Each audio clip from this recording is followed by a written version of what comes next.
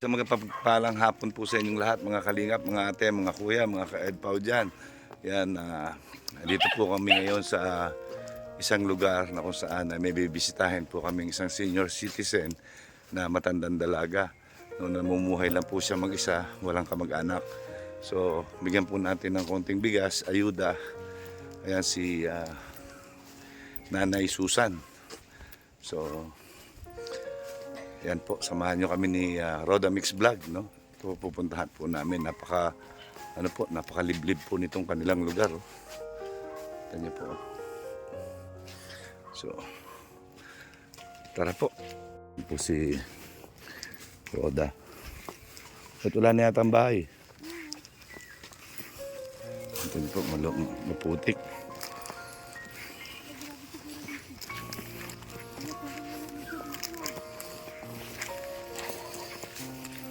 Sana nandito pa po yun.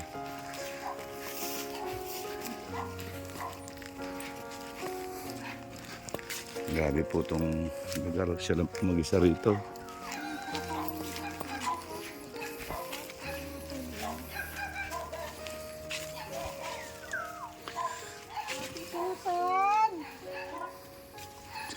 Ito po yung bahay. Ito nyo po. Yan po yung bahay. Tingnan yung pintuan niya.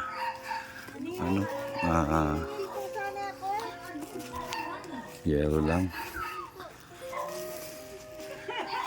Grabe. Ayan. Gusto mo ba, ate, haranahin kita? Ha? Ikaw ang lahat sa akin. Kahit ika'y di mo dapat limutin, isang magandang alaala, isang kahapong lagi kong kasama. Nakilala mo pala po ako, Ate Susan. Kamusta ka na po, Ate Susan? Ay, malungkot po ako sa bahay ko eh. Bakit po malungkot ka? Maski finishing ID, maski atop ID. Ba't sira na yung atop? Tingnan mo po, trapal na ko kaya. Trapal na. O nga no, sira-sira na yung bubong. Wala naglagay ng trapal, Ate Susan. Ha? Trapal na sino naglagay? Yan po. Si ning tinaon ni Father. Yan, salamat po kay Father. Maski baga-bagas, maringanit na napamunta kuya mo bagas. Akong mayop man ako. Ngayon, nababasa pa kayo ng ulan ngayon? Oo, siyempre po. Ay, grabe, no? Ilan na edad mo? Ako po, 56. Ay, ako po 73. 73 na kayo? Ay, kamangangan po. Pero dahil na po yan. Pero malakas ka pa. Ay, mahina na po. Ay, 73, malakas pa, maganda pa. Hindi na po. Yan. Hindi na ako nakakapag-isang lumakad. Sino kasama nyo dyan? Madilim pa po. Sino kasama nyo? Nag-iisa lang po. Nag-iisa lang kayo? Nasaan na yung mga kamag-anak nyo? Ay, wala. Nasa malayo yun. O, hindi kayo naaalala? Bakit? Ewan ko po. Hindi man lang kayo nabisita? Bakit po? Ewan ko po. Baka hindi kayo mapagmahal sa mga kamag-anak? Alam mo po, lahat ng mga pamangking ko, ako ang nag-alaga ng maliis pa. Nasa na sila ngayon? Nasa malalayong lugar na po. Nagtatrabaho sila. Hindi man lang kayo naalalang silipin man lang? Pamilya, wala po. Grabe, no? Kayo na lang mag-isa ngayon? Narinig ko si Mr. Nabal Bagaruda. Si Kuya Bal po yan. Kilala mo po yan? Ini? Sino po? Si Kapitan po yan. Kapitan ng Bislado Kalingap. Bislado ko si Nabal. Kaibahan mo ba ka? Yan po ay si Kapitan ng Kalingap. Kapitan, magandang hapon po. Magandang hapon po naman at mas maganda ka pa po sa hapon. Ay, hindi saksakan ka po ng ganda para sa akin. Yan. Yan, kamusta ka na po? Malungkot na palagi. Eh, wag ka po malulungkot. Nandito na si Kuya Mel. Perming maulan. Ha? Perming maulan. Perming maulan. Ano po naman ako ako. Maupo kayo. Dito, Ate Susan. Alam mo, hindi na ako nakakapag-isa. Ay, hindi ka na Naglakad. Bakit? Yan po si Ate Susan, si Lola Susan. Ayan ay, ano po, may edad na po siya talaga. Yan po, wala siyang kuryente. Yan, wala siyang kuryente. Yung kanyang bubong po ay, yan po, butas-butas na. Ayan. Pag umuulan po ay grabe. Kita mo, basang-basa baga mo daw. Ayaw nga. Matagal ako hindi nakabalik, Ate Susan. Ayan, yan po si Ate Susan. Siya lang pong mag-isa dito, nakita niyo po. Oh. Hindi ko po alam, parang nakikitira lang po yata siya dito sa lupa na ito. Ayan. Ate Susan, Ano po? sa iyo po ba itong lupa na ito? Hindi po. Pinatitira lang kayo? Ano, naghanap ako ng matitirahan ko. Wala isang tao. Dito na lang po ako nagtira. Pero pumayag naman po yung may-ari ng lupa. Ngayon ko po ngani, pinaalis na po ngani ako dito. Bakit daw po? Opo, karoda. Opo na po. Sige lang po. Hindi ka na nakakalabas. Wala na. Dito ka na lang po sa loob. Bakit ang dami pong mga sugat? Ano nangyari sa'yo? Pigsa? Hindi. Ano po yan? Ayok baga. Hayop? Kinagat ka po ng mga insekto? Kinuyan ako ng basta na intindihan. Ano po? Ano nga rambaga ka ito? Kinulam ka? Oo. Totoo? Yung baga. May alam kang Alto mo na si Mr. na muna. Oh, yan po ay si Kuya Mail. Ito na muna kakausapin ko. Opo, sige po. Kausapin mo kayo si Kuya Mail. Yan, ito muna yung bigas nyo. Ay, salamat po. Ito grocery mo may ano ka. Pinano yan tsaka gatas po ha. Ay, salamat. Tulungan mo naman po. Maaari. Ano pong tulong ang gusto mo? Hindi ko magkabahay na sarili ko. Magkabahay na sarili. Kaya nga lang po ay hindi po sa inyo kasi itong lupa. Ay, po, ngani. Kung may sarili lang kayo sanang lupa, yan kahit kubo-kubo, pampapagtulong-tulungan natin yan. Baka pagod ka na po. May upuan. Hindi po, okay lang po ako. Ayan. Mr. Hoy, ang palang kasama mo man si Mr. Nabal. Hindi po, yan po si Kuya Mail po. Yan Alam si na mo Kuya na Mail. po ha. Opo. Kasama mo noon magpunta kayo dito si Mr. Nabal. Hindi Hindi po. mo man lang Hindi po si Mr. Nabal yun. itong kasama mo. Opo. Si ano po yun? Pangalimutan ko na. Sino nga bang pangalan ko? Yan. Ano dati? Gusto niyo ba makausap si Kuya Bal? Mm. Sige po, sasabihin natin kay Kuya Bal. Pagka hindi po siya busy, ay kakausapin natin na baka mabisita niya kayo dito. Oo. Ayan. Pwede na. Pwede na. Nanay Ate Susan, 73 years old.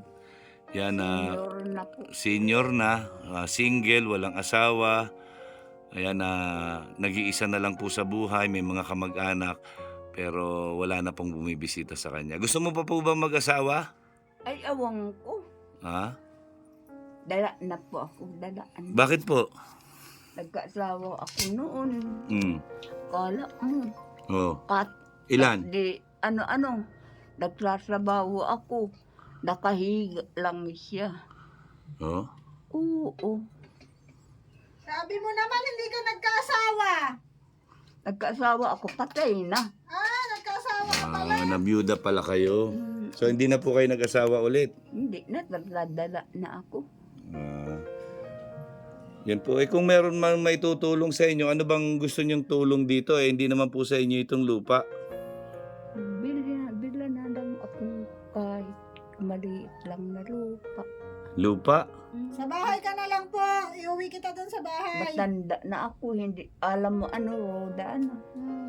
Pag ako nakikisa sa bako, mga kaano-ano, siyempre, ako nahihiya man na hindi ako kumibo. Hindi naman kayo makakibona kasi matanda na kayo. Mm-mm. Oh. Kahit baga sa pagwalis-walis, kahit pagpunas ng ano, di nakakahiya man kung pagdating ni Ruda ay kaaramog-ramog kubaga. Ay siyempre nakakahiya. Kaya ako nag-iisa na lang dito mag-isa. Pero kayo lang mag-isa, tas madilim para kayo nasa hawla, oh. Kaya ayaw mo sumama sa akin ay. Hindi na to Nakakahiya. nabubuhay na eh. Ate, kasi Susan, hindi na to nabubuhay. Yan baga, oh. Yan po. Aray ko. Yan po si Nanay Susan. Ayaw niya po magpapatawag ng nanay kasi dalaga nga daw po siya, kaya Ate Susan lang. Yan. Ito lang po ilaw. Ayan lang ang ilaw nyo. Kaunting oras, patay na yun. O patayin nyo na po, baka mamaya ano. Na-charge lang po yan ay. Mm-mm. Yan, kausapin mo po si Kuya Mel. Ayan. Oo, kung pwede. Ayan mahirap po kasi yung pagbili ng lupa dahil wala naman tayong wala tayong madaming pera para pambili ng lupa. Kung repair lang ng bahay, okay sana. Kaya lang nagkataon na hindi po sa inyo itong Hindi. lote. Yan, butas-butas na po. Tinakpan lang ng Yan, natulo na nga po. Nasaan si Bal? Tabi. Ay, ano po, ah. Nasaan si Bal? Nasa diet po. Ikakaroon, Mr. Bal. Hindi po. Ako po si Kuya Mel. Namil po. Opo. Ikaw po siya nagagawa ng bahay doon. Hindi po. Ah, Ayan. So, ayan po. Paano kayo nakakapagluto? Nakakapagluto pa ba kayo? oo. So, Kahit sa pagsakdo, hindi na ako makasakdo. ayan madali lang iluto yung yung binigay namin sa inyo. Kanin lang yung medyo matagal dyan. Ayan, so. Salamat na maray ha. Roda, salamat ha. Welcome po. Mabuti, nakabisita ka na naman. Ngayon yun, bibisita kami madalas dito. Ay, salamat po. Nag-uulan kasi nung nakaraan, Ate Susan. Sabi Ayan. ko nga, ito o kapatid ko ito. Oh. Ay, may sakit din. Yun ang asawa, babalik-balik sa doktor. Ang kapatid ko, Ayan. sakit ng ganito. Kawawa naman po si Nanay Susan. So, ayan po. Siya lang po mag-isa rito, mga kalingap, mga ate, mga kuya. Ayan. Ayan po. Kita nyo. Gubat po. Gubat oh. Siya lang po dito mag-isa. So, ayan. Babalikan ko po ulit ito si Nanay sa susunod na linggo. Babalikan ko po ulit siya para dalhan ulit ng makakain niya, pang konsumo niya. Medyo mahirap po kasi pagdating sa bahay gawa ng yung pong lote hindi sa kanya. Yan po, tinakpan lang ng tarapal. Yan, nakita niyo po.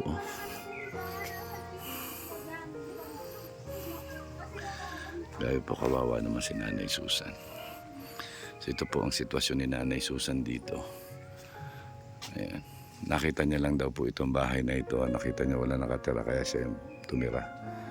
So baka magkaroon pa ng problema pagka pinaayos po natin itong bahay. Wala naman po tayong kakayahan na bumili ng lupa para sa kanya. So ayan po. Ayan. Pero babalikan po natin siya. Linggo-linggo balikan natin siya kung may awa ang Diyos at meron tayong pang-ayuda sa kanya. Babalikan ko po siya linggo-linggo. Ayan, para sa kanya pang-konsumo. Hindi po siya pwedeng bigyan ng maramihan. So, kailangan po lingguhan lang talaga siya. Sinabi ko Susan. Kulam. May nagkulam po sa'yo? So, may nagkulam daw sa kanya. Mama? Ano po nararamdaman mo? Ate Susan, yan, titignan ko kung tayo ng solar light ha. Para pag sa gabi meron kang kahit konting liwanag dito sa loob ng bahay mo. Oo. Kala mo, nagbabangga na ako sa kuya sa mga... Oh, ang dami nyo na sugat, oh. Oo. Oh. Dami nyo na po sugat. Nandiyan si Mr. Bal. Yan, oh, yan, ayan po. Opo, nandyan, yan. Ayan po, yan. Kung meron po kayong hiling, ano po yung hiling nyo? Ano po yung hihilingin nyo? Lupa at saka bahay. Lupa at bahay. Sasadihan ko. Opo. Mr. Nabal, pwede po ba? Noon magpunta ka dito noon, hindi kita pinansing kaya. Nakakaya. Mr. Nabal, biniro ta ako nung kasama ni Rodang lalaki ay. Sabi noon noon una, yun isa baga, kauna-unahan baga Roda. Magbihanap daw ako ng lupa at aayusin daw ito. Tapos, mabili na siya ng lupa. Kita mo na. Biro lang po. Yun isa, di ako man, agad-agad na nagpunta doon, naghanap akong lupa. Andun daw sa katabi ng, multipurpose ng Kawigan. Pagkatapos, mayroon ng, nagtirik na daw na bahay, sabi ng kaibigan ko. Tapos, Siguro Yung po isa na na yung naman. yung bahay at lupa medyo mahihirapan po tayo diyan. Siguro po yung pagkain nyo at yung siguro yung solar light baka makaprovide tayo. Hayaan nyo po at paggagawan ko ng paraan po. Ayan. So ngayon po meron kayong Hindi ko ikikwento ko yung kasama ni Roda na muna, Opo. Nanay Susan, Ano po? ako yun. Yan yun, yung nagbigay sa'yo. So ito bibigyan kita ulit. Bakit siguro? Yan Iba ang mukha. Ay, gumawa po si Kuya May. Ito po, bibigyan kita ulit ng pera. Ayan. Salamat po, Tanggalin. Kaya. Ayan. Tandaan mo na po. Para may panggastos-gastos ka. Pambili-bili ng mga ulam-ulam kung ano yung gusto mong ulam na nilalako dito. Kung pwede po ba mapapunta, matawag akong kaibigan ko at mapagamot ako sa lab. Oh, kayo pong bahala. Paglik niya yun. Yan. Ako na po, kukuha. Ako na. Ayan. Basta titingnan natin yung yung solar light kung makakapag-provide ako ng solar light para sa inyo po. Ay, yung mapadala ako sa labo at may pera na naman ako. Opo, yan. Basta yung pangako ko sa inyo, yung solar light, antayin nyo lang po, no? Tapos, dala ko kayo ng bigas. Salamat tong Maria. Opo. Baka nagalit itong kasama nun. Hindi po. So, ayan po, no? Kahit papano makakatulong sa inyo yan.